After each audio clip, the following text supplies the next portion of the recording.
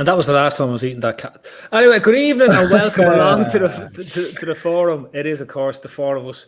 You might see only three of us, but that's your eyes, not our problem. It is the forum. It is myself, Casey, hosting for a change. Alongside me here is Andy Young, and down here is Shane Davern. We will have a fourth member of the forum to do some forumtology as the evening goes on. And it is one of the... here he is now. It's one of the old school heados. There he is, and there's Stephen Daly over there. In his bed. Night, Steve-O. Yeah. Fucking my Ron Burgundy look. Night. You have that. It's great. I completely forgot about this. Oh, I fucking know. I was sitting there watching the telly. Got a text from Phil at 2 minutes to 10 going, "You ready?" Bollocks. Yeah. What's he on about? Steve, I'll just say that we are live. We are live. This is the pre-show. You mean you've been preparing for the show all day, and we're live. Yeah, sorry, I was just getting my notes together. Gathering your notes, so and you can go and off you go. As I was saying to the people in the comments and the people on the tweets and everyone that's going along, good evening, welcome along. This is the forum. That is Stephen Daly who's joined us. As I mentioned, down below me is Shane Davern. Over to this side is Andy Young, and down there is Steve. There you go. Sort you out. Yeah, that's great. Right, lads. Tonight it's a bit of a non-season at this moment in time because everyone is on holidays. There's some type of European Championship or something going on that nobody's paying any attention to, especially if you're in Ireland now at this stage. And of course, a few things have happened. So tonight we're just going to have a broad look at what's been going on. Steve wants to talk about Benitez, and he's going to give us the rules for being the best Reds fans in the world. Shane has a topic that I used to know the topic, but the topic suddenly changed when we were doing the chat before the topic. So the topic is something to do with the transfers that happened when you were the Liverpool fans. But the big one is, I want everyone in the chats, in the comments out there, I want you to give us a topic. That's going to be my topic. Your topic is my topic for the end of the show. We'll come back to it, right? One rule. It's old school Trippers chat rule, right? It doesn't need to be football related. It can be anything. It can be Steve-O's favourite. Who would kill you? What was it? A bunch of 400 midget ducks or one super duck, something like that. Or if you want to ask about Andy about the cheese man, feel free to ask him about the cheese man. He only gets asked about that at least 20 times a year when we talk about Trippers chats. And if you've any, or if you need any post hints or anything like that, get on to Shane as well. Right, so here we go. This is, of course, from straight away Andy Young over here. Andy, being the toppest of the Super Reds, you fucking bastards, the bastard Super Reds, as you're now known in the world of social media. Yeah. You wanted to make an appeal to the Reds out there before the football comes back, so is that there's a bit of order to what's going on these days, and set down the rules for what it is to be an LFC Super Top Red. Is that right? Absolutely. Excellent. I'm going to sit back and let you take over. So the rules to follow in Liverpool Football Club are as follows. So if you haven't got a pen and paper, go and get one. Has everyone got a pen and paper? No, I'm not really going to state the rules. So no, look, it's been an ever long discussion, and it even played a role in picking the name for the pod way back as to where we see ourselves in the food chain as fans going over to the game versus the locals who are going to every single game. But nowadays it's a bit more complicated, and it seems to got a little bit toxic as well. And we've even got militant resistors of local fans call people top reds or even top red bastards, as we've seen. So look, on a lower level of dysfunction, we've seen various camps form. Are you Sacco? Are you Lovren? Are you Emre Can? Are you Henderson? Are you Naby Keita? Are you Milner? Reason to be seeing massive fallouts of whether you're allowed to support England or not if you're from Liverpool or you're a Liverpool fan. Some want Rafa removed from all the flags. So, there's a lot going on that level. And then, as I was saying, most recently we see these extremists putting it up to locals saying like "la" as a way to kind of degrade them and even like get a job. to Liverpool fans. So, look, as an overseas fan, I accept my place in the hierarchy. The club is the city, and the people of the city are the club. First and foremost, the club should always represent the ethos of those people.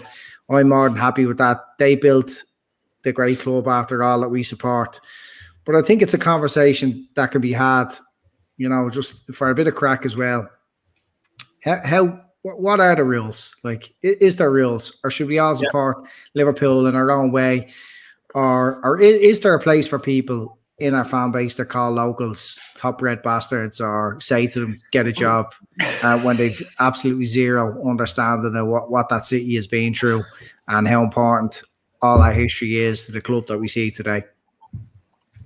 Does anyone want to jump in there? Yeah. You have to be a socialist to be a red. No Tories allowed. Oh, but you're a Tory and you're a red. Well, this is the thing, Stevo. So I would have thought a basic is, surely you can't be a Liverpool fan and be a Tory. But we know some, and I'm not one of them. It's impossible. How could you be, Stevo? You live in Ireland.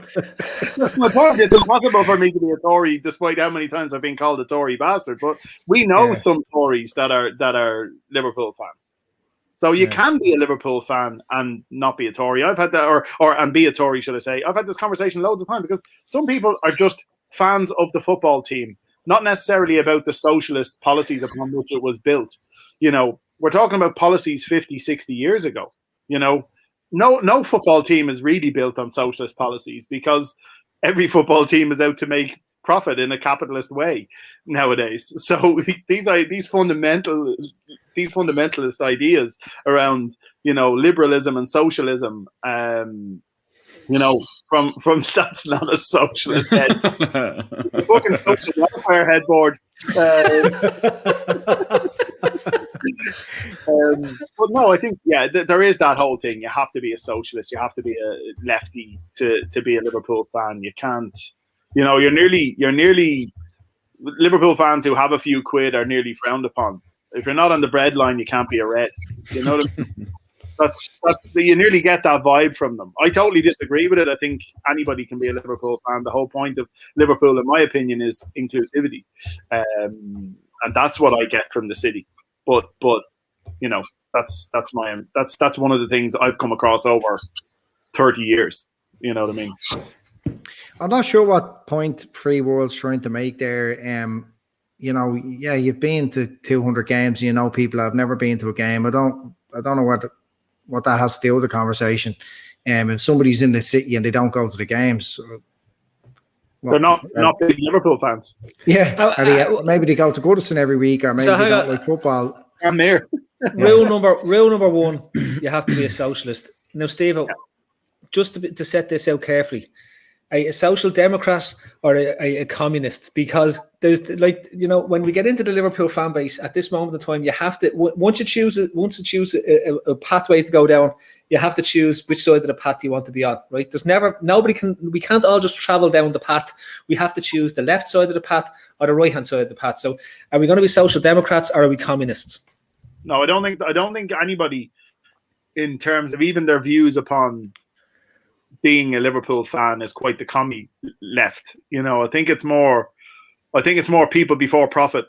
I think that's all right. I think that's about the level. Paul Murphy, fucking Richard Boyd Barrett. Yeah, Richard Boyd Barrett and fucking Joan Collins all out banging the drum with their liveryboard on their chest. I think that's where we're at that sort of level, I think. Okay, so I've never voted for, I promise you. Can I just respond to free? No, you can jump in now, right? Rule number one is you have to be at least a pretend socialist to be a Liverpool fan. That's what I'm saying. In fact, pretend socialist. Pretend socialist. You don't actually need any real socialist beliefs. You just have to pretend to be one online. If you're starting up on the LFC Twitter / YouTube or whatever, make sure you stick to the pretend socialist notions. That's very important to get the nice likes and comments. You can't be an Irish Liverpool fan and have paid water charges. Absolutely no way. You can't pay your water charges, can you? You can't pay your water charges, no. And if you marched or held out a makey up plaque on the back of a Rice Krispies box, then you're a top red. Does that mean that you master a whirl? No, Ray Brady is the top red. And my mom is the top red as well. Okay, go on, Andy. What are you going to say? Free world, he's just saying, I think he's clarifying his point. I'm not saying just because you're local, it doesn't make you a bigger fan. Look, all I'm saying is overseas fans, and include myself in that, we should have a huge amount of respect for the city and why certain things happen the way they do. And people online that are calling locals top red bastards or whatever, are saying to them, get a job or blah, blah, blah, you know, or trying to wind them up by saying they're Tories and all that shit. That's bang out of order. That's all I'm saying. Like, people outside of the city should really be happy to find themselves in some sort of a hierarchy and just respect the city, because it is part of it. It's a massive part of the club, and it should be respected. And rather to be just totally resistant of everything. Like, look, it's not about whether you go to the game. Some people will never get to a game if they live in Australia, for instance, and, you know, but they're massive fans as well. They get up in the middle of the night and watch Liverpool. That's not the point I'm making. I'm just talking about this lack of respect that's being shown to locals just because they're local. Okay, so Andy, rule number one is pretend socialists, right? Well, we have to move on to rule number two. Otherwise, we'd be here a week just talking about. We can come back to the city, but we need to move on. This is your topic. What's rule number two? And Shane, you can join in on rule number two, because Steve was gone. Steve, I like it. He's off. Interesting. I was meant to actually, when we talk about Tories and stuff like that, it's interesting because we invented the word Tories. And if anybody knew what the real meaning of the word Tory is, that they understand that it's actually more appropriate than ever, because Tory, of course, means to be an outlaw or a robber or a brigand. And that's where the Conservative Party got its name from. And that's why they're known as Tories, because they're called up by the Irish. And go on, Andy, rule number two. Can I jump in on Matt Sweeney's comment there? Yeah, but put it up there. Where is it? 10-13. So, yeah, we're talking about the survival of the city is built on genuine socialism and solidarity, but the city was actually built on the slave trade and being the richest merchant port in the country before London was even on the map. So, you know, you can't just decide that Liverpool became a city 100 years ago. It didn't. You know, it was. I think it's the club, though, Steve. You know, what people did while they were the city and the people. Yeah. And I'm saying this is a city that was built on the slave trade and being one of the largest merchant ports in all of Europe. Yeah. So it's why there's such stunning buildings all over the city, because there was shit tons of. Yeah, it's the reason there's such stunning buildings in the city is because all the Irish went over and built them. Yeah, so, all the brickies went over in the 1600s. Can I just say that Dublin and Liverpool have had this this long time association through the slave trade. If anybody wants to go back to the history of the two cities, it's built around that. It's built from the time of the Vikings and then subsequently the Normans, etc., moving slaves through the two ports. That's how the two cities became intertwined.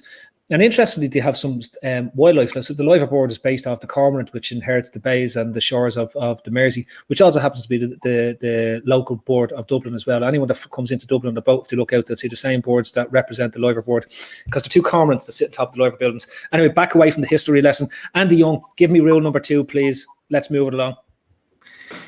Rule number two. Look, I'm only making light of it. There is no rules really. But I just think that everybody that supports Liverpool should offer something. You know what I mean? If you're not supporting the team, if you're constantly trying to aggravate other fans and like, you know, local fans or whatever, then what are you contributing to? If you're not adding to the cause, we should all want the team to win. Putting players up against each other and putting fans up against each other, it's not really the way forward, is it? You know, for the goal we all want is for Liverpool to win trophies. But it seems like there's this side issue going on lately where overseas fans want to just piss local fans off. Yeah, Andy, I think you're absolutely spot on about like the top red shouts and get a job and all that kind of more like, well, especially to get a job shout or that kind of entails saying to someone Liverpool. On the flip side of that, though, I think it does go back to, you would get an awful lot of local fans kind of blaming overseas fans maybe for the lack of atmosphere, for taking tickets, etc., which is, I think, is wrong as well. Like you alluded to, people in Australia getting up in the middle of the night to watch Liverpool. There's people all over the world that might say for 2, 3, 4 years to come over and make that one trip of a lifetime or 2 trips of a lifetime and spend a lot of money in the club shop, which again seems to be frowned upon. But these same people want the club to go out and spend 60 million quid on a player. Now, for that to happen, your club has to become more commercialised. You have to go down every avenue you can, sleeve sponsors, training ground sponsors, all the stuff that maybe local fans don't like or think has gone away from kind of the roots of the club. But it's kind of a double-edged sword. If you can't, like, I think United stole a march on us all in the 90s and realised that this is what had to be done, and Liverpool are catching up. So if that fan saves up and all he can get is a corporate ticket for 1,600 quid and he's after saving for 4 years to get over there, well, so be it. He's entitled to be there as much as the local fan. And you know what I mean? Like, sing your heart, do whatever, give it socks. I know I give it socks when I go. I know you do, Stevo does, Phil does. Well, Phil probably doesn't. But we'll get a kip in. Yeah, Steve, you fell asleep the last time we were there, in fairness. But you know what I mean? I think you're right, Andy, though. There is kind of that aggravation, like, of out-of-town fans, kind of day tripper fans, to as opposed to button heads with local fans, has been going on a long, long time before Twitter, on the old forums and stuff like that. And it's probably going to continue to go on with the way the world is with Twitter and social media, etc. Shane, what you were talking about, their legacy arguments. Oh, were they? Yeah, their legacy locals versus overseas arguments. No atmosphere, taking the tickets, but it's this new wave. And look, there's Red Bull 1, 2, 3, 4ish saying, I don't think Andy knows what the term top red actually means on Twitter. No, I actually don't know what it means, because every time I see it used, I really don't see a consistent context of it. So Red Bull 1, 2, 3, 4ish. If you can clarify the exact definition of what top red means, it'd be very helpful. Stephen O'Connor is down there, is kind of telling you. Okay, he's clarified it. Top reds are fans that won't let anyone say a bad thing about any player or owners. Can I jump in on this, Andy? I was called I think I can't remember, but I criticised the player and I was called a top red because I didn't like that player and I liked another player. So that definition doesn't really cover what I've seen, any of my experience. Okay, so that's rule number 2. Is what was rule number 2 again? What? Rule number 1, repeated. Was rule number 1? Rule number 2 was rule number 1 the same. Okay, so what's rule number 3? Can I suggest one for rule number 3? Because I think this is incredibly important for all the Reds out there, right?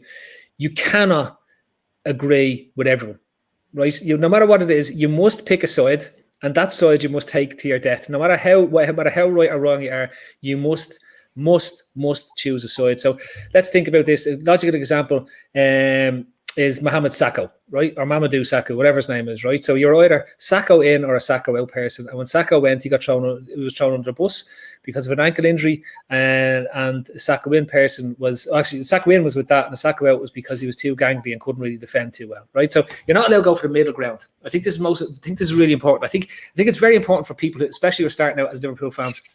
They need to pick a side on every single debate, and they are not to waver ever from that side. Even when they've changed their own mind, they must stick to that side. So if you disagree with me, I'd like to hear it now. And then I'm going to shoot you down because I'm sticking to my side of the argument. No, I think you're right. I think the idea of being a middle ground Liverpool fan is, for a lot of people, and we have to remember, every one of these things is actually made up by the minority of Liverpool fans who are on Twitter. You know, this minority of weirdos. Yeah, and that's what they are, proper fucking weirdos. And they've decided that they've decided that these are the rules. I've decided what a top red is, or I've decided this has happened for as long as there's been Twitter. And before there was Twitter, there was forums, and people were doing it on that. And you know, it's a weird thing that's built out of insecurity in the people themselves. But you know, you can't have just an average view on things. As you said, Peter, you're not a fucking Phil. I don't know who Peter is. Oh, well, I call him Peter, Phil Peter from now on. That's but no idea. I was going to say something, but in cancel culture these days, you can't. So go on anyway. But yeah, I think you're not allowed to just have a realistic view on things. You're not allowed to have a wavering view where you go, geez, I don't really know. I haven't thought about that. I haven't really, and give an opinion and then come back a few weeks later and go, you know, I looked at that player a bit more and maybe I was harsh, or actually I don't think he's as good as I thought he was, or whatever it might be. That's not allowed in that weirdo Twitter world that you're talking about there with Liverpool fans. You're right in that being a rule for being a Liverpool fan. You have to get on a side and you fight that side to the death, regardless of whether you're right or wrong, or even you change your mind. It doesn't matter. You're not allowed to admit defeat. Yeah. A lot of people, you know, talking about Twitter there. Someone said you spend too much time on Twitter. Someone says I'm not on Twitter, thank God.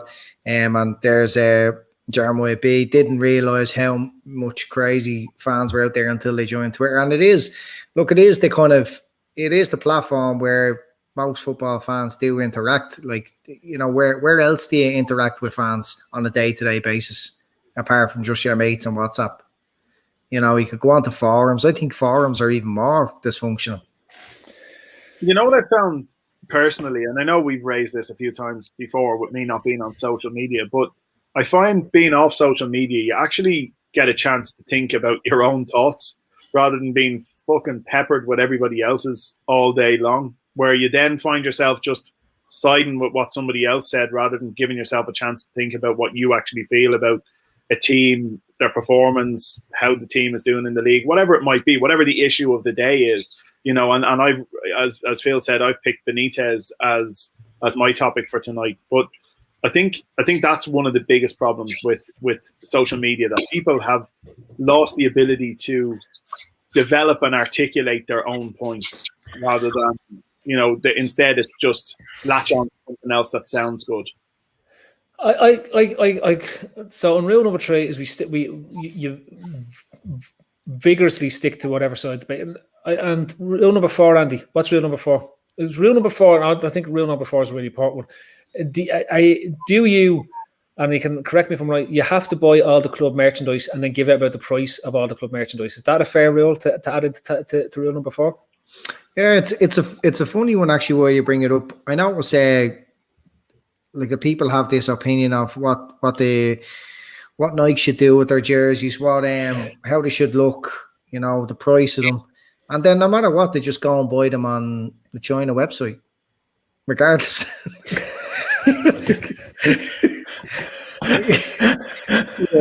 Like the commentary that exists, I can't get this one for me kid, blah blah blah.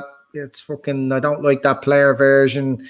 My kid has to have the player version, otherwise they don't want that version.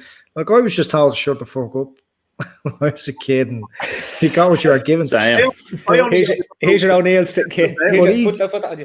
But either way, like the kids are probably just going to be going around in the DHK version if they're young enough to not realise.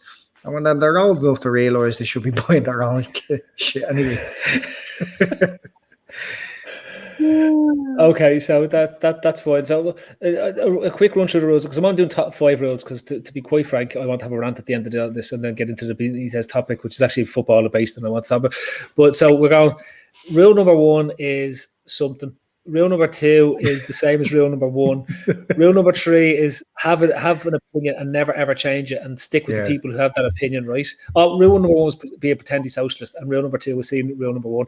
And then rule number 4 is complain about all the gear and the makes of it, and then buy all the gear and all the makes of it. But, right? So that's rule number 4. What's rule number 5, Andy? I think you've covered all the rules, to be fair. Right.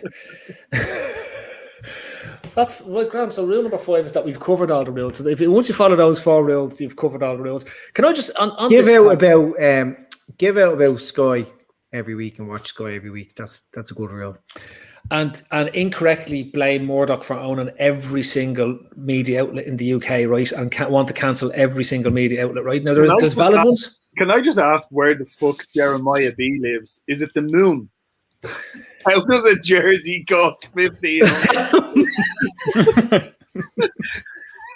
North Korea or something like that. Does Elon Musk deliver it with a fucking SpaceX rocket? I have no idea how a jersey costs. But Jeremiah, will you let us know what the fuck you're talking about? What country you're in? Where are you? I'll send you one.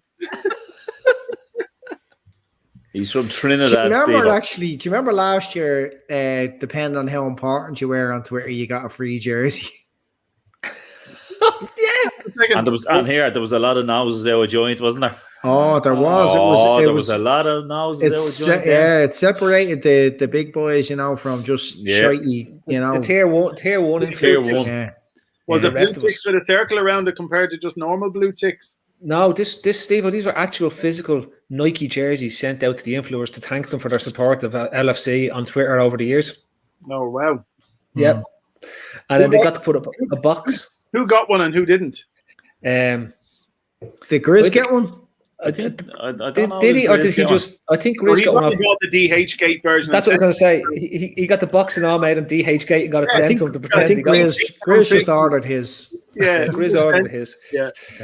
I don't know who else, but can I just on a general point about this? I think the whole top red, bottom red. Like, I think we need to find new terms for us, right?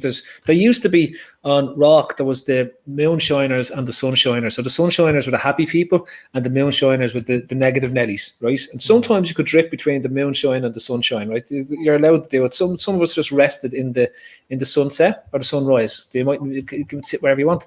I know in a group that I may belong to, we have the Shankly Satellite crew, and then we have the Melwood Swamp crew. Yeah. Shankly Station.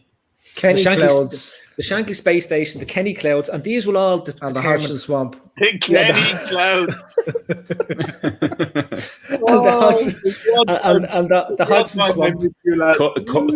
Coined by Joe Walsh, Stevo. Yeah. I don't doubt it. But this is a nicer way for us to interact with each other and allow us all to be sometimes positive, sometimes negative, but I think we all need to just accept everyone for what they are. I see lots of people and they're complaining about what somebody does on this channel or does on YouTube or does on Facebook or says on Twitter or whatever it is. Look, you don't have to follow these people. You can mute them. You can do whatever you want. And like getting on then moaning about what these people say, that's madness, because you're just adding to the madness. Everything is an echo chamber. It's like, and so please, maybe as a new season, what do they call them? Resolutions, new season resolution. Let's all have a communal hug, right? Because Liverpool Football Club is about community.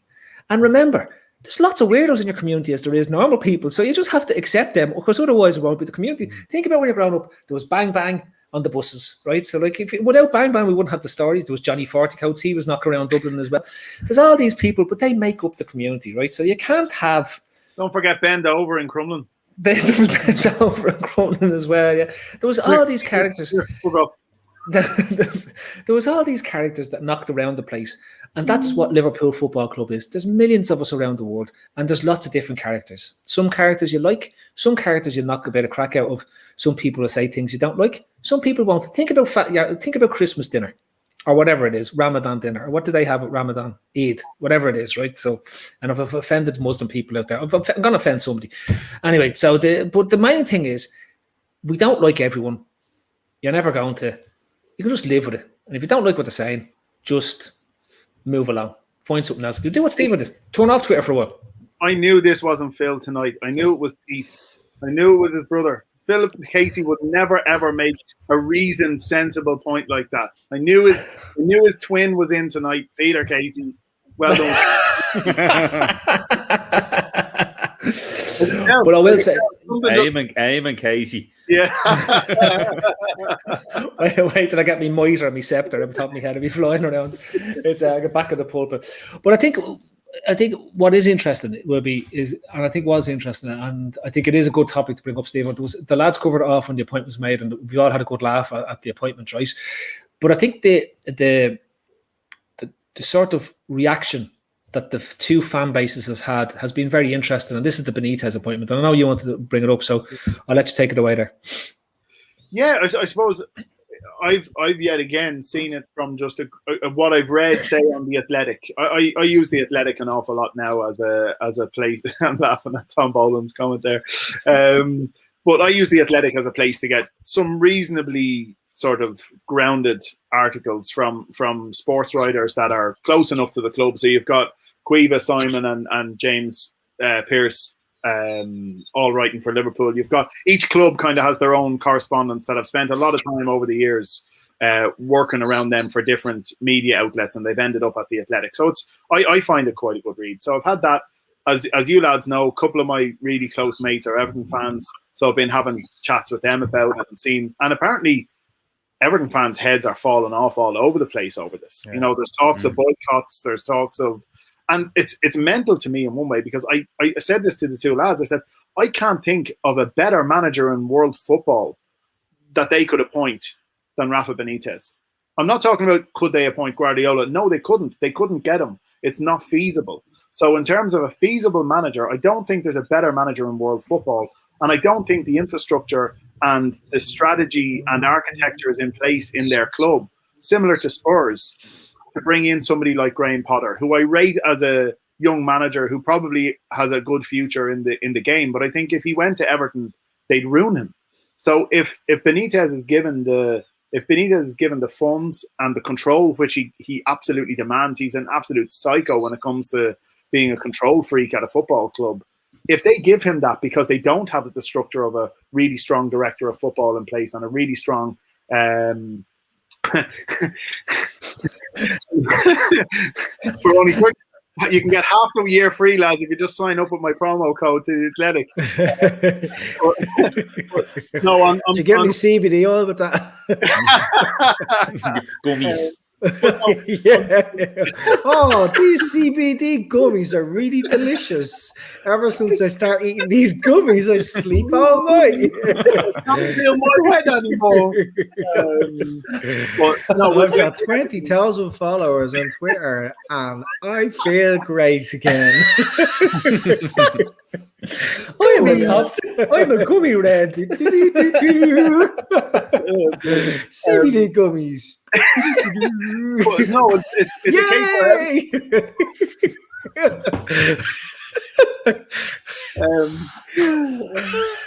Yeah. And if any CBD gummy manufacturers out there want to sponsor the pod, and he's free to do the promos.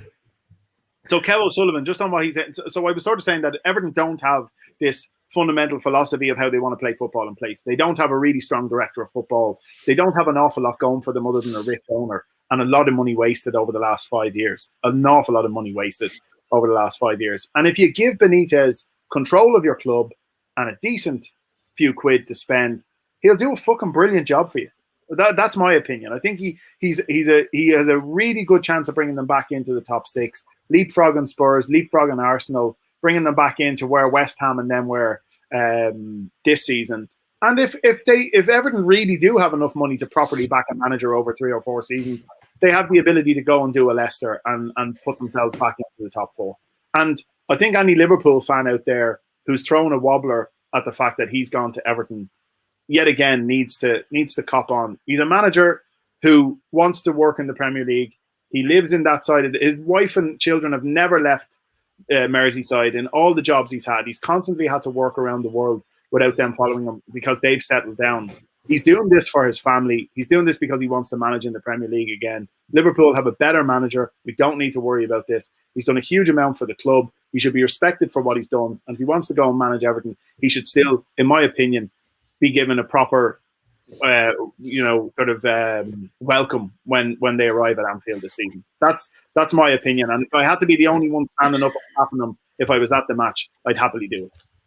Okay, can I come back to the outrage part? Right, so I have been snotting myself at the Everton fans' reaction. It's been absolutely phenomenal, and there's so much ammunition just to lob at them, just to set them off, because he's got red doors on his gaff. We've got pictures of him holding up the Champions League for ourselves. We've got endless pictures of him with red scarves. He's appeared on stage with the One Night in Istanbul concert.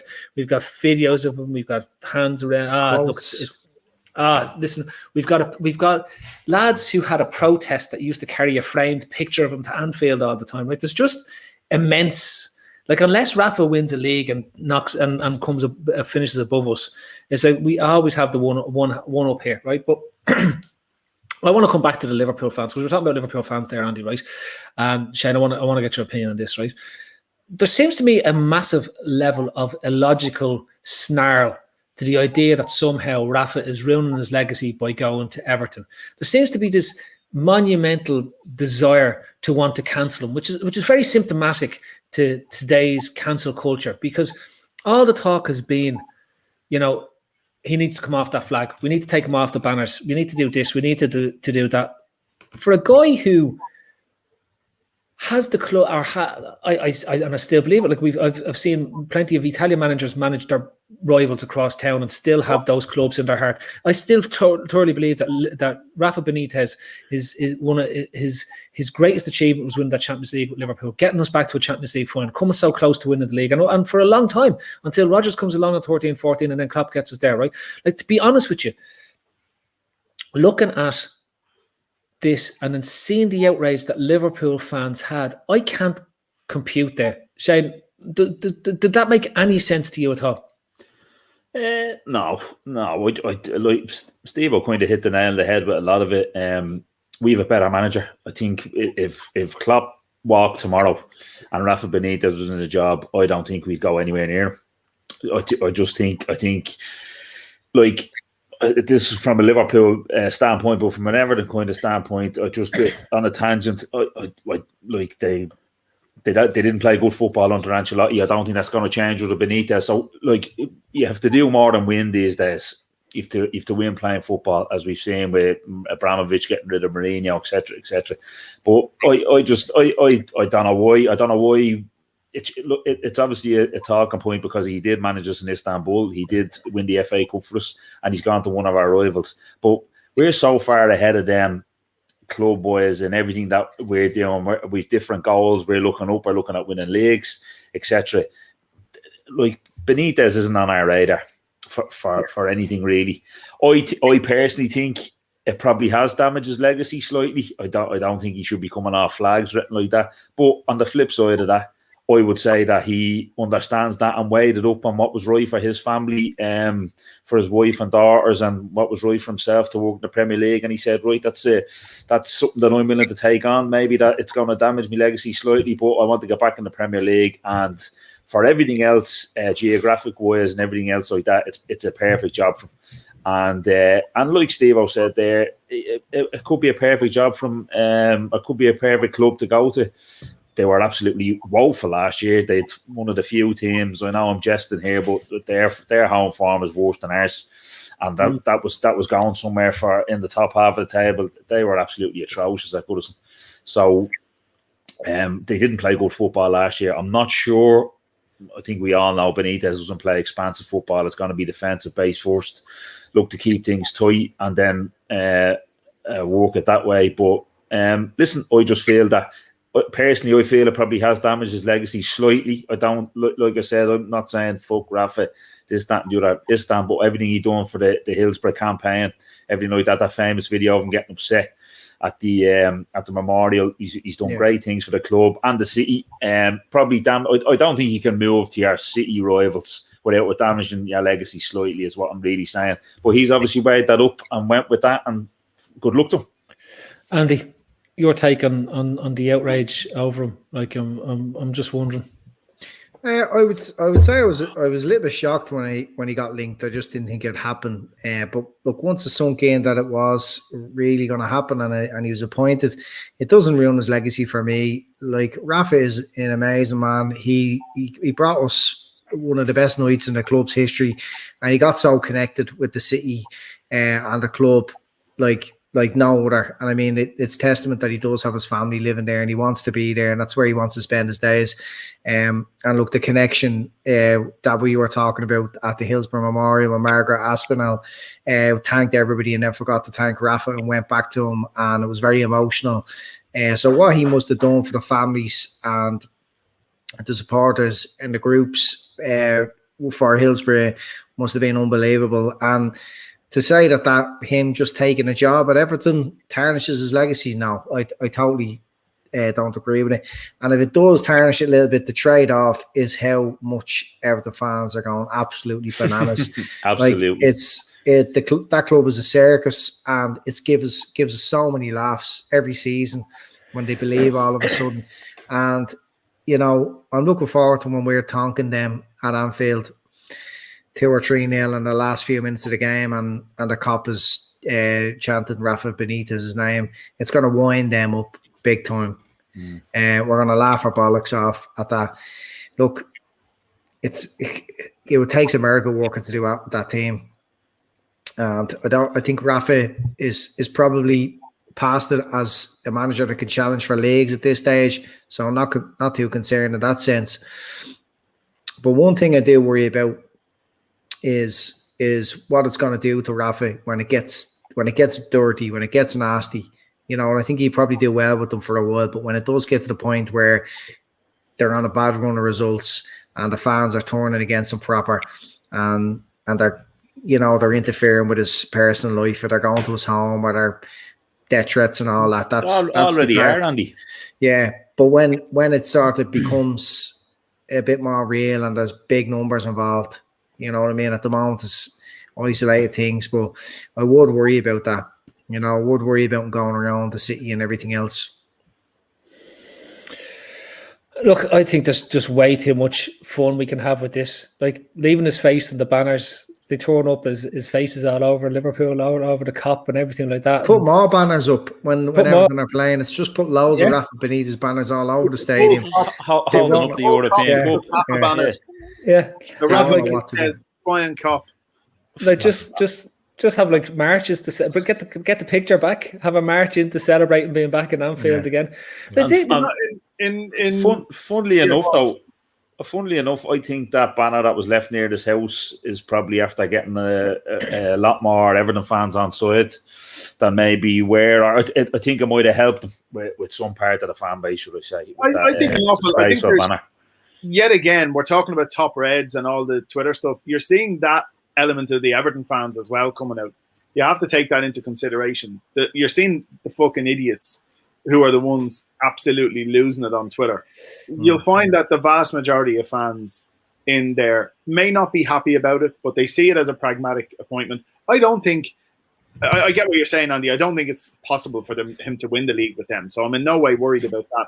Brian Murphy said his best day, he hasn't been relevant since 2013. I think that's an unfair comment. I think the work he did with Newcastle under Mike Ashley was actually really impressive. And I think had he been backed there, he actually could have brought Newcastle back into a top half team. And I think Everton will back him. If you go on the basis of what they've done with the last 3 managers they've had, they will back him. He has the ability to offload some of the players that he has there. Like, he has the ability to sell someone like Richarlison for 60, 70 million, shift Moise Keane for a considerable amount of money. That gives him an amount of money to play with. And Rafa, when he was given money, most times he did all right with it, you know. I think Brands, I know what you said there about Rafa getting control. I think Brands is fairly strong there in his director of football role with Mashiri.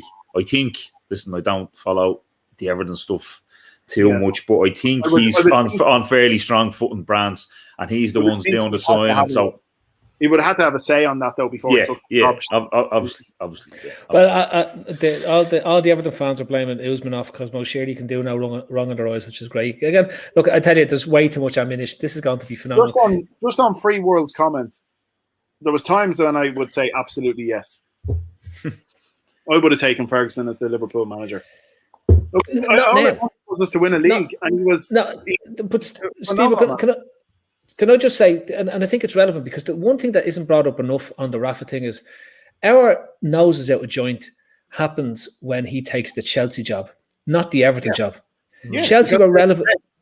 Yeah, Chelsea were a threat and were relevant to us, and they won a trophy with him when he went there, right? Yeah. If he does well with Everton, at best he's going to be doing is challenging for 5th. We're not talking about talking top 4 or something. It's near, and I think people need to realise how next to near impossible it is to break the top 4. They looked at Leicester last season breaking it, right?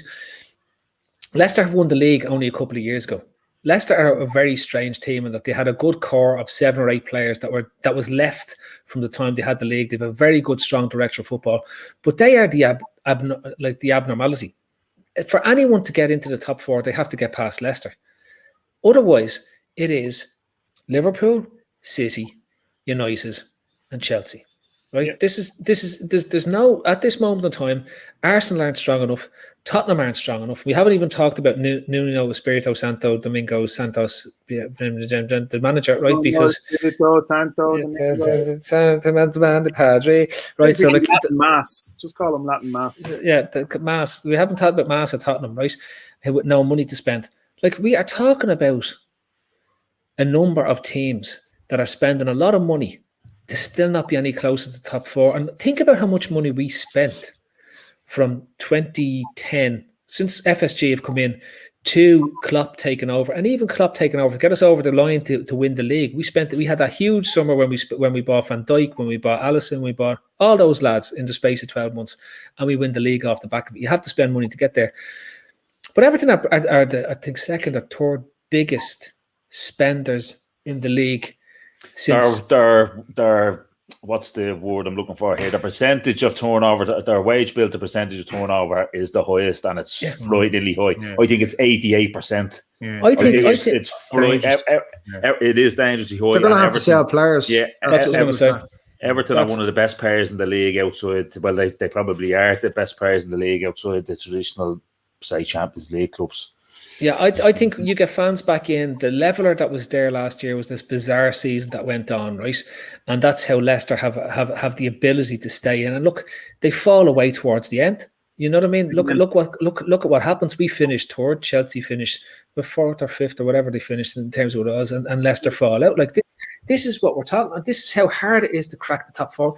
Even when we couldn't win a game for a quarter of a year, we still managed to finish third in the league. And with 2 better results, we would have finished second in the league. This is how hard it is for a team to get close to that top 4.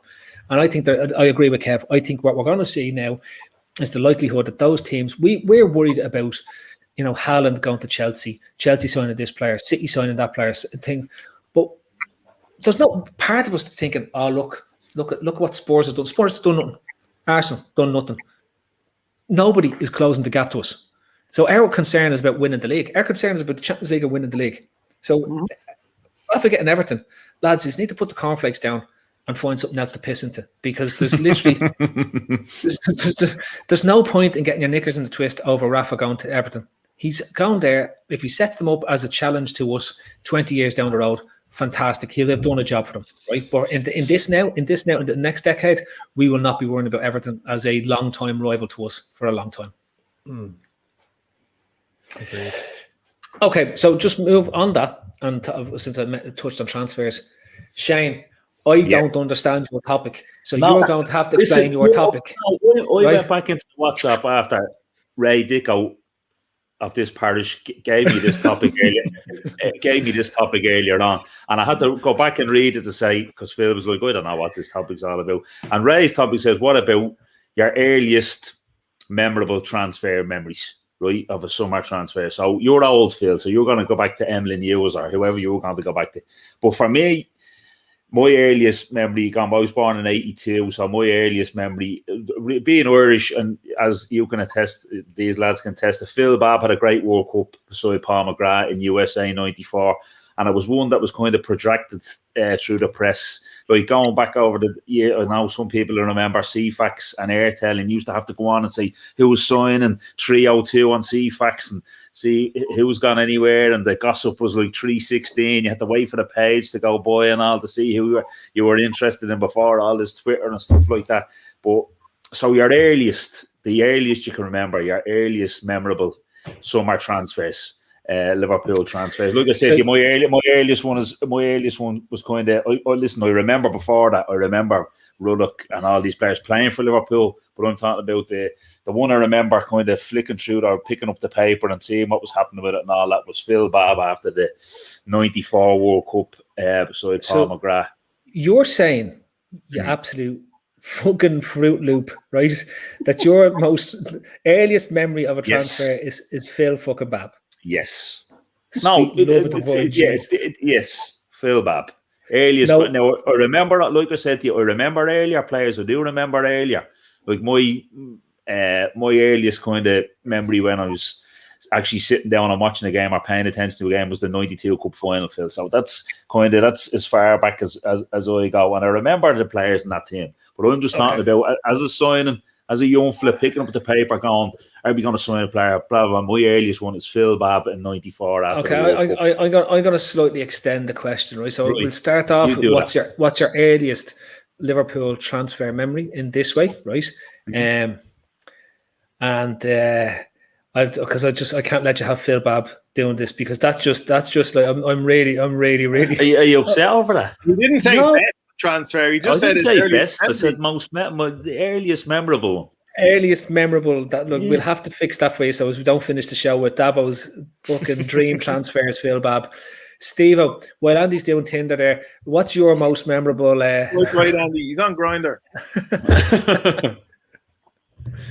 I'm not much better than Shane here, to be honest with you, because as it turns out, my first memory of a game is the '92 Cup final as well, because I'd been in Canada for 3 years previous to that.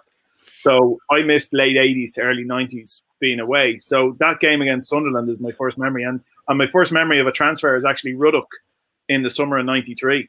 That's my first memory of a transfer. And I don't know what year Saunders went to Aston Villa, but I remember watching a match on BBC or RT, whatever it was. It was a Saturday match on TV, and you didn't get many of them back in the day. And I remember Ron Atkinson bringing him out and me being really fucking annoyed that we'd sold him. And Atkinson was presenting him to the Villa crowd. It was a home game, and he was presenting them and whatever else. And I don't know when that was, but that's a really early memory around Liverpool. I also remember signing Julian Dix the same year in 1993. And was it Marsh and David Burrows went the opposite direction? Mike Marsh, Back when actual part exchange deals used to happen rather than just bollocks talk now. We're going to get him back. Where somebody's been playing Football Manager for too long and they've lost their mental strength. Andy, if you can please remove yourself from the phone there to rejoin the podcast that you're meant to be on, and because if this was in the bunker, I'd smack you with a ruler and say, put the phone on. But putting out fires with the phone. What's your earliest memorable LFC transfer? Yeah, see, I think when I start becoming aware of the whole transfer world, when it became like a thing where people were talking about a lot, would have been soon as I think that's when it really grinds at me. Speaking of grinder there, Steve. This is a real grinder for me. Yeah, this is a real grinder. No, but I remember like the likes of Birdsley, Staunton, Houghton leaving the club and bringing in players like fucking Torben Picnic and Paul Stewart. Paul Stewart was a big one there. Julian Dix and that's when like Klopp we offloaded. Signing at the time. Klopp was huge. Yeah. But this is, I suppose, Souness, in fairness, he was left with a big job to do. Like, he had a lot of players who got old, who had to be moved on. He had to try and find replacements. But those players just fell flat on their face. When you look at a player like Ray Houghton, who was excellent for us to be replaced by Paul Stewart, like that was the one big change that I always kind of I look back of, disaster. Andy, what age are you? 40. 40, right. So I'm 4 years older than you. Okay, so my first memorable LFC transfer story is the signing of Barnes, Beardsley, and Aldridge in the same transfer sort of summer, right? Because there was no transfer windows then. It was 86. Yeah, 86, 87, that time over, because we see in my mind, Phil, they always played for Liverpool. You know what I mean? Yeah, no, when I was growing. I see. I remember. They said their first memory was Aquilani, and I'm like, I can remember so much about Liverpool before Aquilani, if you know what I mean by that. Like, that's when you were completely invested in the club. Now you have a life to get on with as well. Just because, let me just turn the dial a wee bit for the lads who are watching, who are younger, right? So I'd watched Liverpool win the double in 85, 86. I can still remember 84, 85. I remember watching the European Cup final that year in terms of, in Heysel, right? So I remember that. I remember clearly the 85, 86 FA Cup final really sticks out in my memory. It was probably the first time as a kid that I'd watched the build up, that whole thing that used to be there. And because I knew Liverpool were winning the league, I knew that we could win the double. It was something that Liverpool hadn't been done. This was a big story at the time, and it wasn't 24/7 sports channel, so you had this. And then I remember after that, we don't go and win the league, and Kenny Dalglish then goes and basically rips the squad apart and brings in Houghton, Beardsley and Barnes off the back of the 1986 World Cup, right? And this is where I'd watched Barnes. We'd watched Barnes. The emergence of Barnes before the 86 World Cup is the 84. He scores the goal against Brazil. He goes and plays the 86 World Cup, and he makes those cameo appearances from the subs bench. And it looks like a fella who you'd watched or you'd heard of, that these magical South American players, and you only ever very rarely saw them as a kid, because again, there's no 24/7 sports channels. There's no football from all these leagues that you see. You only see the English League on television, or you go to the League of Ireland games. And you see Barnes come in, and that blew your mind. But then in the same year, Rush goes to Juventus. So from going from no real transfer, like I know that Souness had left in 84 to go to Sampdoria, and that was a very strange thing to happen. But to go from no transfers or no transfer business that seemed to be sitting in your conscious mind, to all of a sudden those three lads, and then Rush. I was crying when Rush left. Right, like you're a kid and you're seeing this fella who has been the talisman of the Liverpool team that you've just watched. You've seen him score 2 goals in an FA Cup final. Like Kenny Dalglish retires in 85, in 86, right? Kenny Dalglish he doesn't retire after 85, 86. He continues to be player manager in 86, 87, but finally retires at the end of it. And then all of a sudden, Ian Rush is going to Juventus and to Italy, and it's just like, Jesus Christ, this is the end of everything I've thought about with football. Where are all these players going to? And then, but Aldridge is there. And I can't explain how bizarre it is as a kid at that age, because Aldridge looks like Ian Rush and he's scoring goals like Ian Rush. So it's literally, you take out, there goes Ian Rush. Like Mr. Potato Head Scouser, just yeah, it was like when Iker Casillas was playing for Real Madrid and he got injured and Kiko Casilla came in and goal instead, right? Yeah. Look, the exact random same, generated player came in, yeah. Yeah. So that is when Shane was when Shane mentioned that, that's the earliest sort of transfer bubble that I remember around Liverpool, and it was the first time that transfers became a thing. And a bit like Shane said, you become hooked. When teletext becomes the norm, then at the end of the 80s, start of the 90s, you were constantly on whatever it was, 666 or whatever page it was that had the advertisements. Devil worship. No, that was Grindr.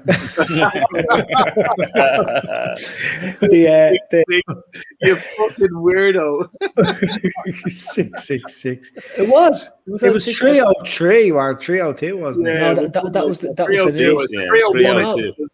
666 was the ads, and it was the ads for the club calls, right? And they used to just give you one line. Somebody was going to sign. Somebody was going to sign, and then you'd have to ring the number, and you'd be there for welcome. And then you're Rod Bashir for the phone football talk transfer line. And then it goes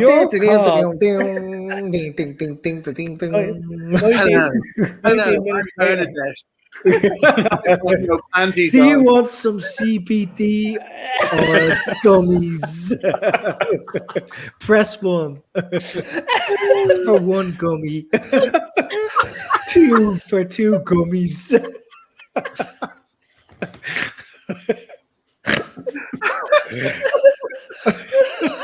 Your phone must have been fucking used. Your outlet must have worked for telecom errands. I had to change the wires. We just got somebody else's phone from next door.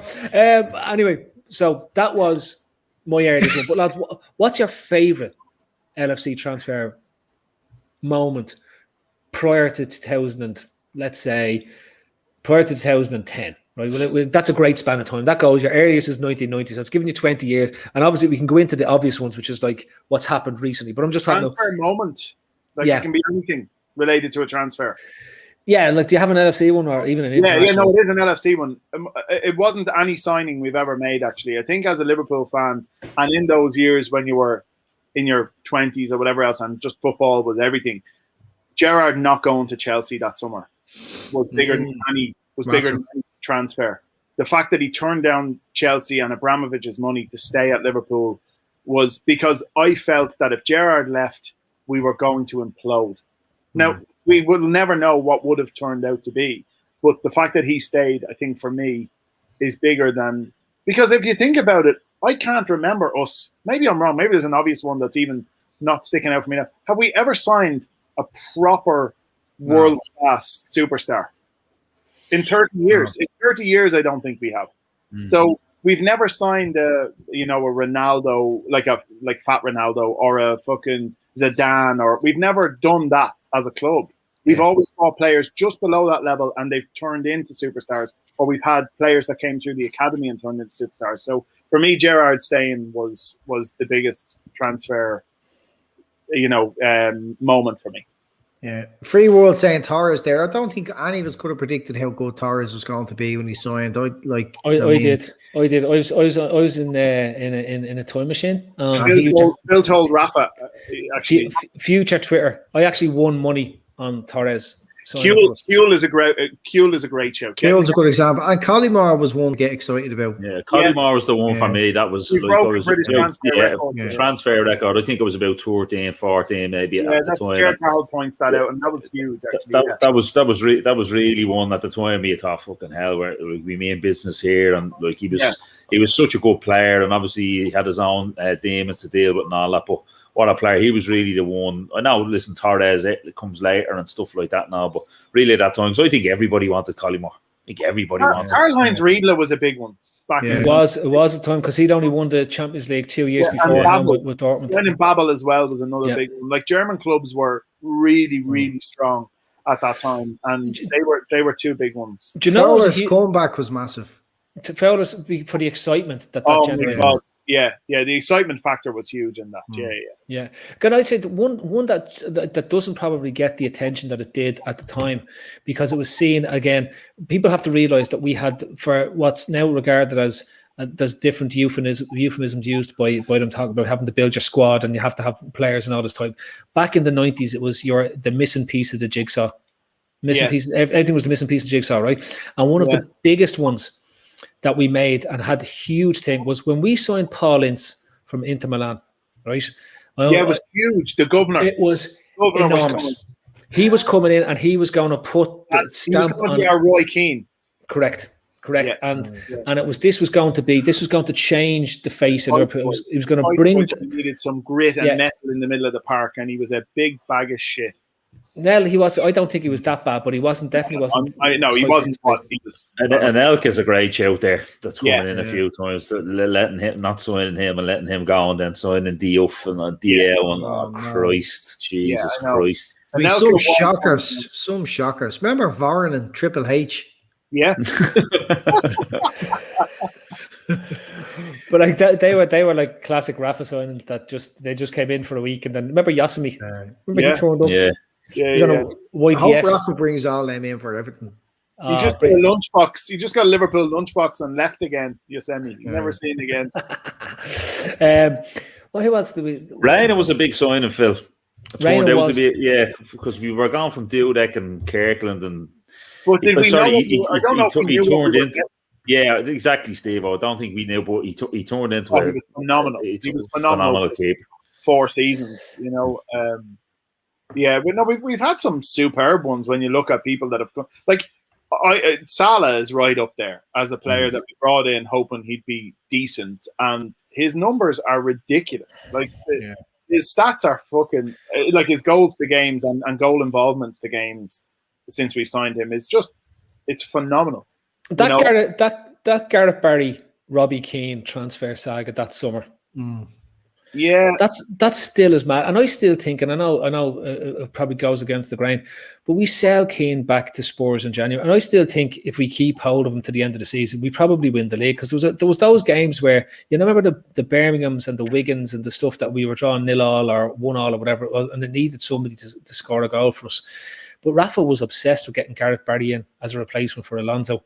And I know the story pans out that Alonso wanted to leave the previous season, and that was going to be his last season, etc., etc. And he was trying to get somebody in that would naturally take over from him. And you can see the logic and all that was behind it. But Robbie Keane was like, that was a huge transfer. Like that, like as stories go in the newspapers, to sign a player from Spurs who were trying to get into the Champions League and stuff, and we were signing in the fella who was part of their two-pronged. It was Berbatov and Keane, if you remember that. But they were it'd be like us making them weaker and getting stronger ourselves. Yeah. We never normally do that. We normally don't, you know, weaken an opponent. Like the Italians are brilliant for it, and you know, just taking a Juve taking a Milan player when like it'd be like Juve just taking fucking Lukaku this season. I know they can't do it with the finances, but for years they've done it. You know, the top teams have just said, we're taking your best player, and that's that. Okay, so worst memories of a transfer. What was the transfer that you said to you, this is never going to work? Never ever going to work. Not what in Christ's name are we doing here? Now I could list off fucking loads of them because it was clear as day what was going to happen. But would it be better to ask what's the one that we thought would work and didn't? Because there's so many of the ones that you just knew weren't going to work. We've signed an awful lot of shit bags in the last amount of years. You know, it's been a lot of shit. We've had a lot of drops. So would one maybe that I'd like Steve I was saying there, one I would confess to that when I heard him sign, and I thought, oh Jesus, yeah, what a player. Joe Cole. I thought when we got him in, I thought he'd been so good for Chelsea. Yeah. So good for Chelsea, but obviously we didn't see the drop off coming, and he fell off a fucking cliff. And like I think it was all summed up that day, red card, wasn't it, in his first game against Arsenal? That was it. All downhill. Andy, just says on the screen there, has to be Naby, hasn't it? I know the dream's not over quite yet, but I mean, if there was ever a player that was hyped up that we were bringing in, he was hyped up just as much as Van Dijk, Alisson, you know. I think, for me, rule number 3. And we were at his first game, Steve. Yeah, and he was very good. He played very well. I have to say the Morientes shout is one that really sticks out to me. He'd been a top end player for Spain, top end player for Real Madrid, winning Champions Leagues, an elite goal scorer for so long. He was coming into a team that won the Champions League, and there was not one of us that could see how that could not work out. Like Rafa had picked him as the fella to lead the line for us. And he smashed it for Monaco the season before on loan, hadn't he? Yeah, you know, he was phenomenal in the Champions League. I think he got 7 or 8 goals in the Champions League the year before, and we were just all fucking rubbing our hands. Yeah, for me, it's Harry Kewell. I think that was one where I was just looking at it going, this is a Leeds team, semi-finals of the Champions League. We've nabbed him on a free. What a fucking signing! And then just to watch it, like Balotelli, I never trusted Brendan Rodgers to get anything out of Balotelli. Like, talk about it, like the complete opposite people you want interacting with each other on a daily basis. Similar nearly to Robbie Keane and Rafa in a way. You can imagine that their styles just would not work together, you know. But yeah, I think, yeah. No, what's the whole thing about Rodgers and Balotelli? You know, Balotelli doesn't work for anyone.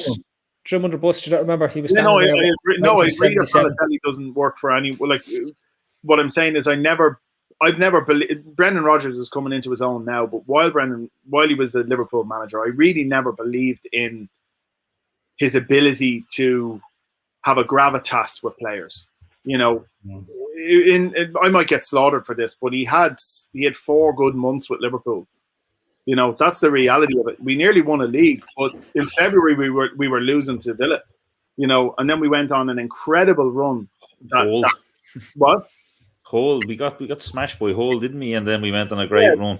Yeah, and had we not just lost to Villa as well? Yeah, we could have done. Yeah, I think we did. And fucking Fabian Delph ran the show, or someone like that. Fucking ran the show, and I can't remember now. But it was awful. It was not awful, but it was really patchy up to that point, and then it was just a fantastic run. So I never trusted Rodgers as someone who could bring us the league. I never trusted him as so. And you see that in Gerrard's book when he's talking about Rodgers having to go ask him to ring players for him. You know what I mean? It's like ask your mate, will she meet me? You know what I mean? It's pathetic. Well, like Rodgers, very, very young and very young in his career, coming to take a job like Liverpool. Like, you know, he hadn't really established himself at all. Swansea. Yeah. No.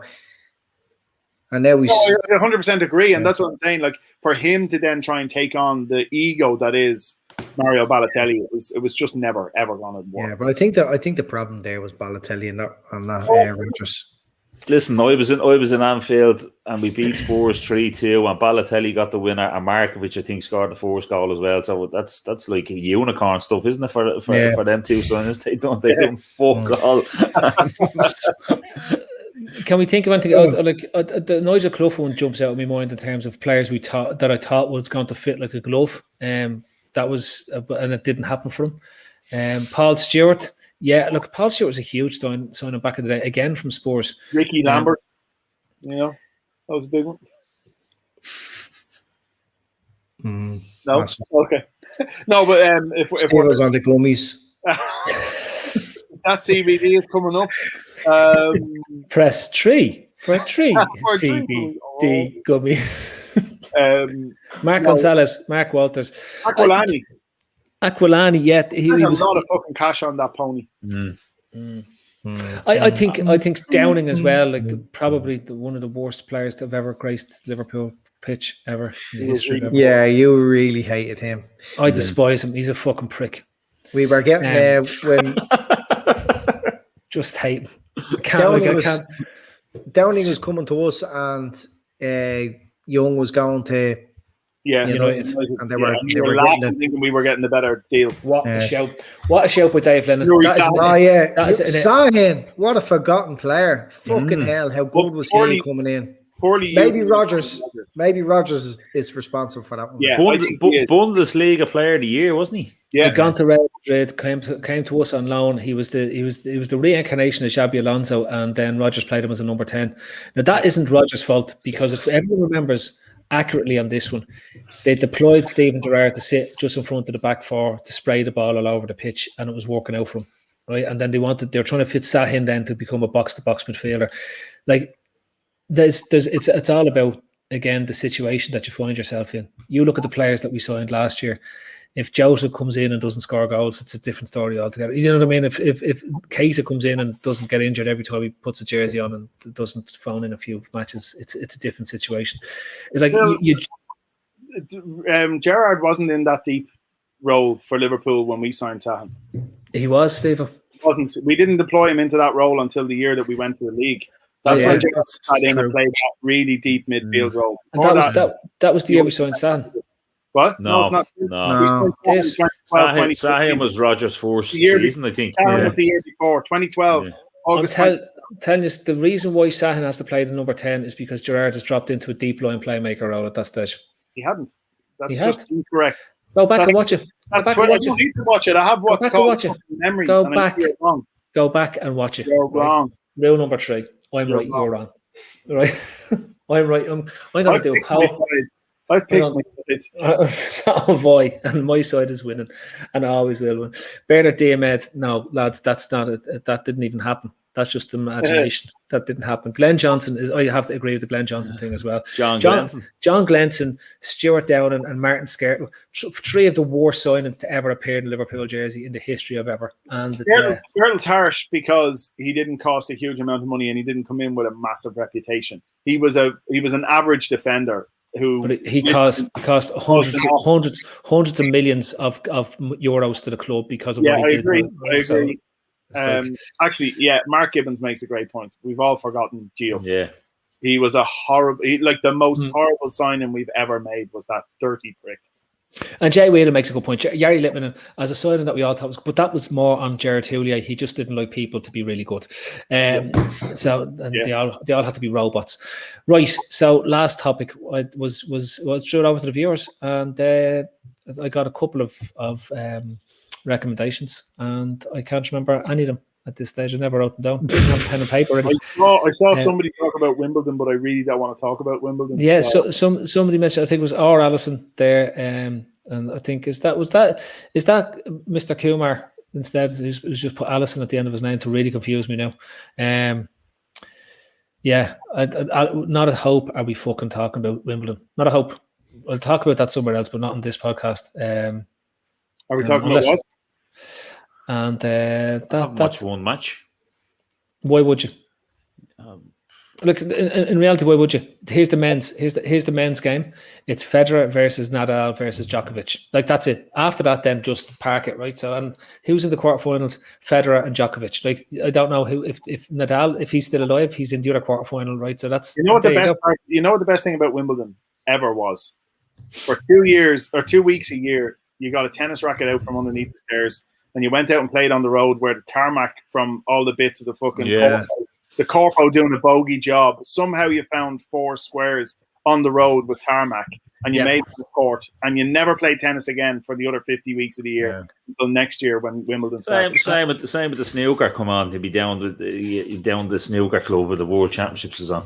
Up in Castle Billards. Can't get into the place in the World Championships is on. Yeah. Everybody's spiking. People don't really do that anymore, do they?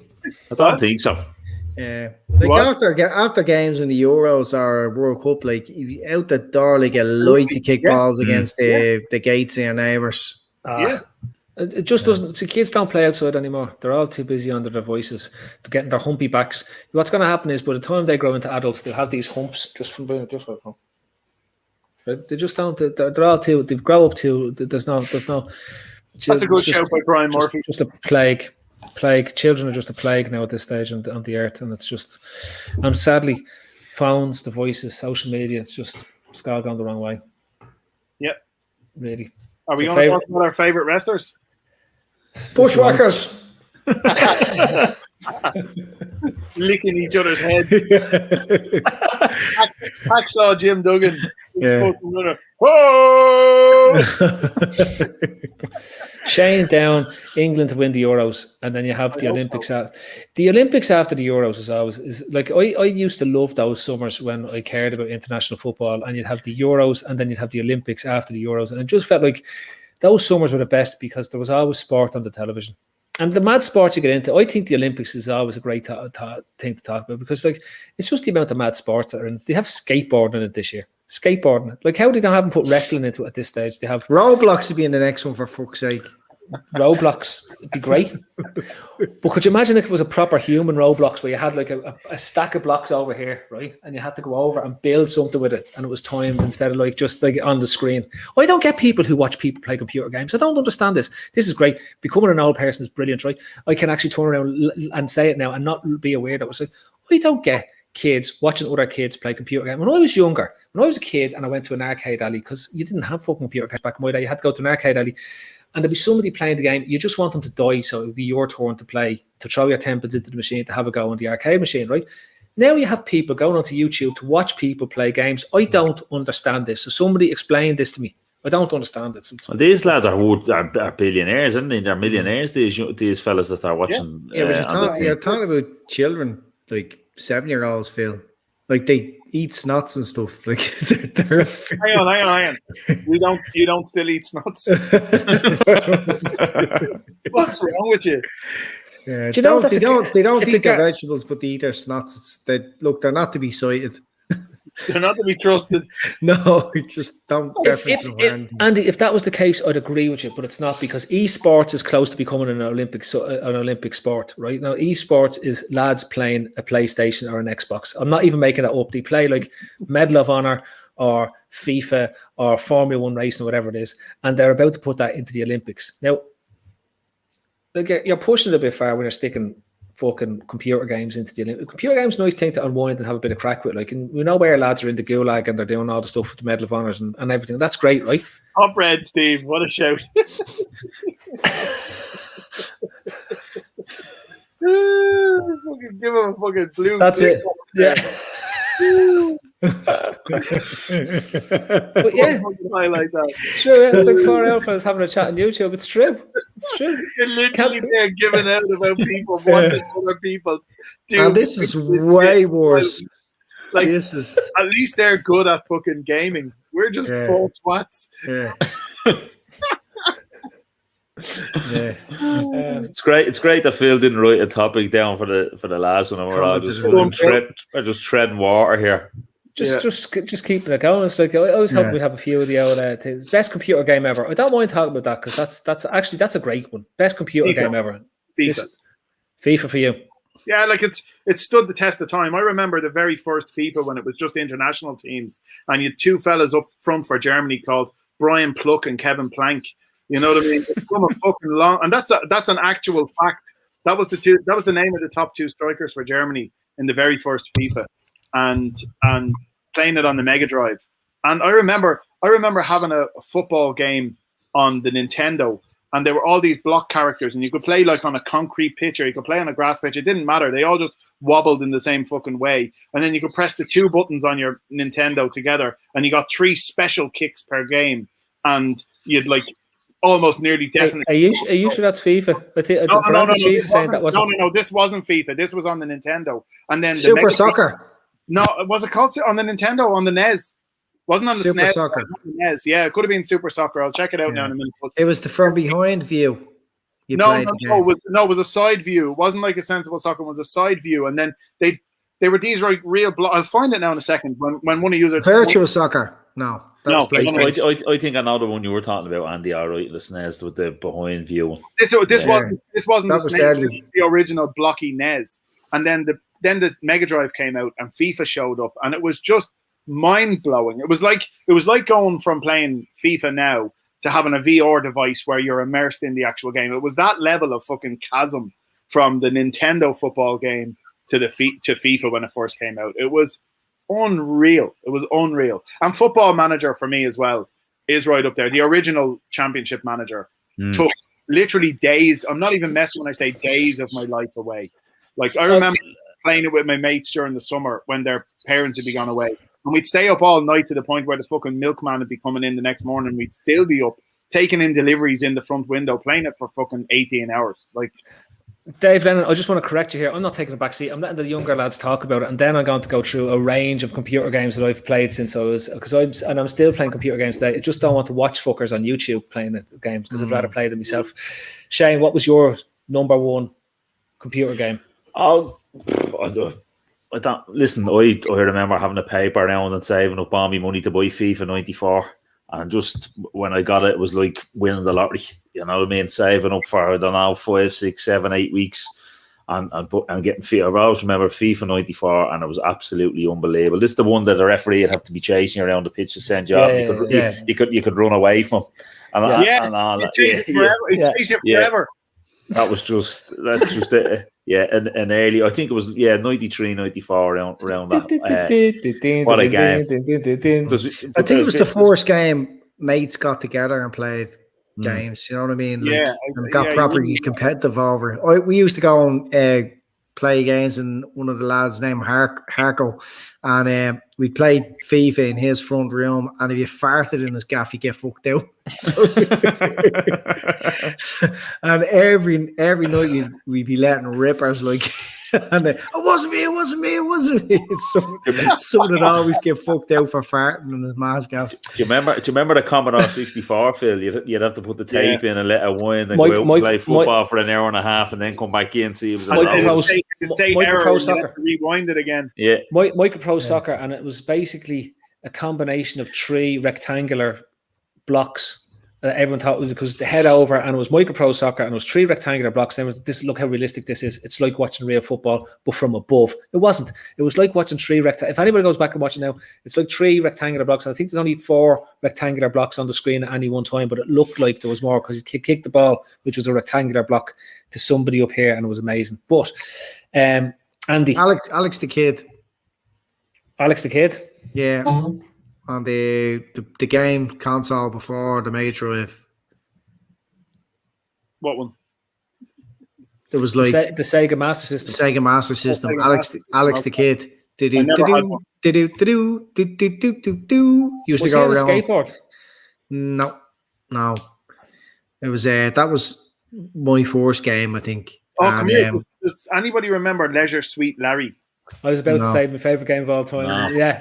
Oh, boys. You used to be able to get into hot tubs with strippers and everything. And it was mental. And there was another game called Monkey Island. These were more PC games. I'm like, The secret they're Monkey Island. Commodore 64 things now. Yeah, but they but go on, Andy. Sorry, I jumped in there. Yeah, Alex the Kid, absolute classic. And then moving on to football games. If any remember Super Soccer on the NES, amazing. Yeah, Here's this. I don't know if you'll be able to see it, right? I'm on YouTube now. I'm after bringing up this fucking game. I'll pull it up in front of the screen now in a second. It was mental, right? Leisure Suit Larry was mad.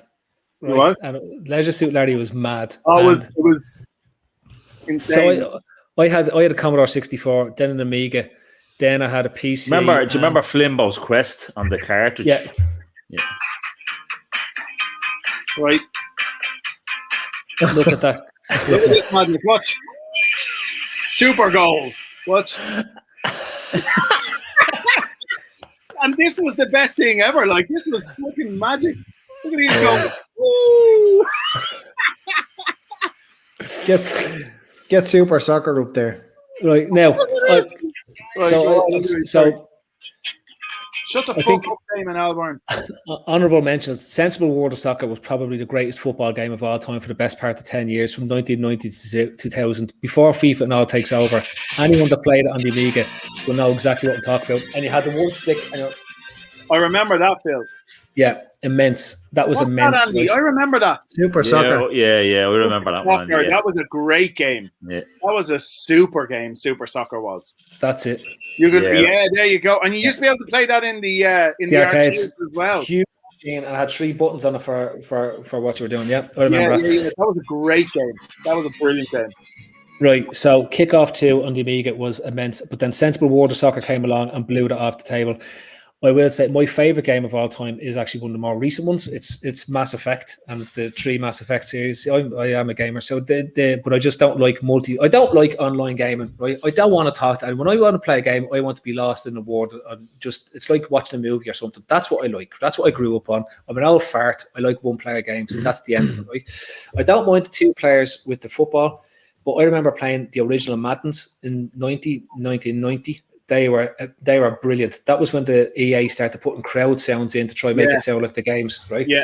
And if you listen back to it now, it's just like, but at the time it was like, Speedball 2, immense. But I have to say, lads, when it comes down to it, FIFA is the king of games, and I'm not talking about the newer ones. FIFA changed sports games and sports games on consoles. EA are the company they are now because of FIFA. Yeah. And they did this. The American equivalent is the Madden series. Like they basically Tiger Woods golf. Tiger Woods golf. I didn't even like golf back then. That was a phenomenal game, and the fucking DMX and everything on the soundtrack came out. And Need for Speed. The original Need for Speed was a phenomenal game as well as a car game, and Grand Theft Auto changed car. They changed car. Yeah. GTA changes the idea of what you can do at a role-playing game. It takes it away from having to be in a fantasy world and brings it into the real world. And that's how you get Mafia and you get all those type of games that come along afterwards. Mafia was a great game. There was I don't know who else had Mega Drives. There used to be an Olympics game. Does anybody remember the original Olympics game? Bashers, where you'd have to go like that across the table. You go so fucking mental to make the fucking sprinters go along, and you'd have people that have tricks where they'd like use their jumper and they'd be fucking flying along to make the button. That was a great game. And Assassin's Creed was I'm not into first person shooters, never really have been, but Assassin's Creed just pulled me in when I had it, and it was just a fucking great game. Yeah. The one not Medal of Honor, I like Medal of Honor now. Medal of Honor Rising Sun was brilliant. And they're all sort of big, but like I do like that sort of space cowboy type genre, so that's why I like Mass Effect. I played that game, the one where you were just drifting around the planets for ages. What was it called again? Voyage or something like that. It's mad. But yeah, Mass Effect is probably mine. I love the Uncharted series with Nathan Drake. They thought they were brilliant. When they made, I'd be interested to see if the movie's any use.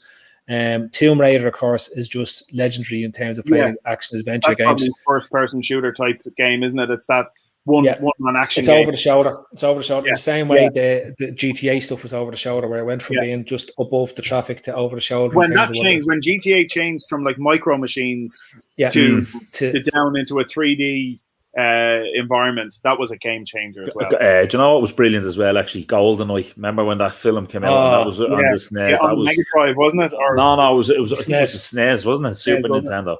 That was a brilliant game. Brilliant game. If you had the gun attachment, it just made that game so much more enjoyable. Because it felt like you were shooting, like it was really more awkward. But speaking about attachments, there was two things. The old NES Duck Hunt. Yeah.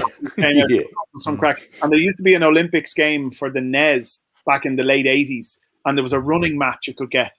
And it was ever before there was a Wii or anything like that. The old NES used to have a running mat that you plugged into it, and you could run to make your characters. It was fucking brilliant. Honestly, back when I used to run, it was great. Yeah, I'll have to find that. Red Dead Redemption, that's a great show as well. That just changes. That again, I've not played that, but the fucking the footage of that looks insane in terms of the actual story and the storyline. It's like the one thing that Rockstar do great is storyline and bully as a sort of out there where you're actually a skilled kid going around. Like you can't make games like these days, but the aim of the game is to go around and bully the whole school. It is, yeah. So much bad press. That was in the 90s when things were fun. And they used to have magazines like Loaded and Nuts, and you're not allowed to have it now because that was fun. Tony Hawk, so I think there's lots of great games out there. I'd say, as I said, my personal favourite is Mass Effect, and I think somebody asked that there is there a remaster made? It was actually brought out there last month, and that's a great shout there, The Getaway. It was kind of GTA in London. Oh, that was a great game. That was a great game. And Need for Speed Underground was another good one. And Brian Murphy, Red Tube and VR is a great game, lads. I'm sure it is.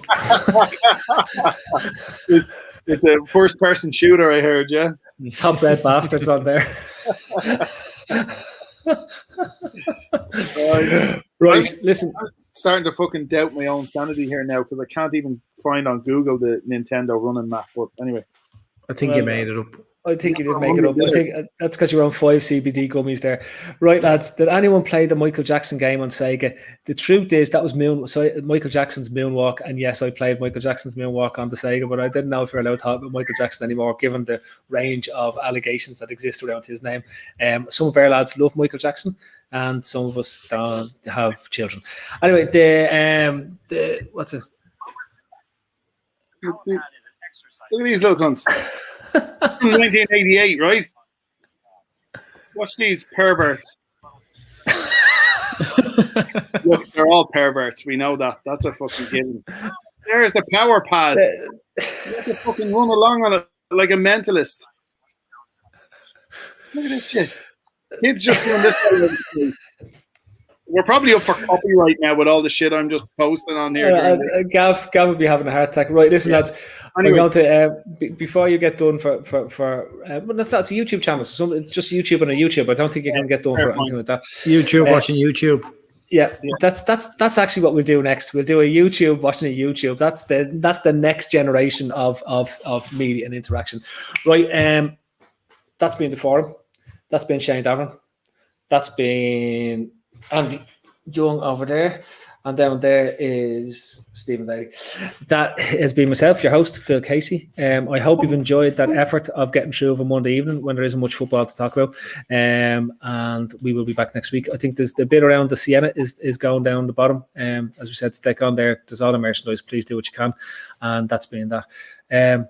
Lots of stuff coming along during the week. There's be a show tomorrow. And there'll be a show on Wednesday, and there'll be a show on Thursday, and there'll be a show on Friday, and then the Fatback 4 will be back on Sunday. So that's been the forum. That's been the Daytrippers.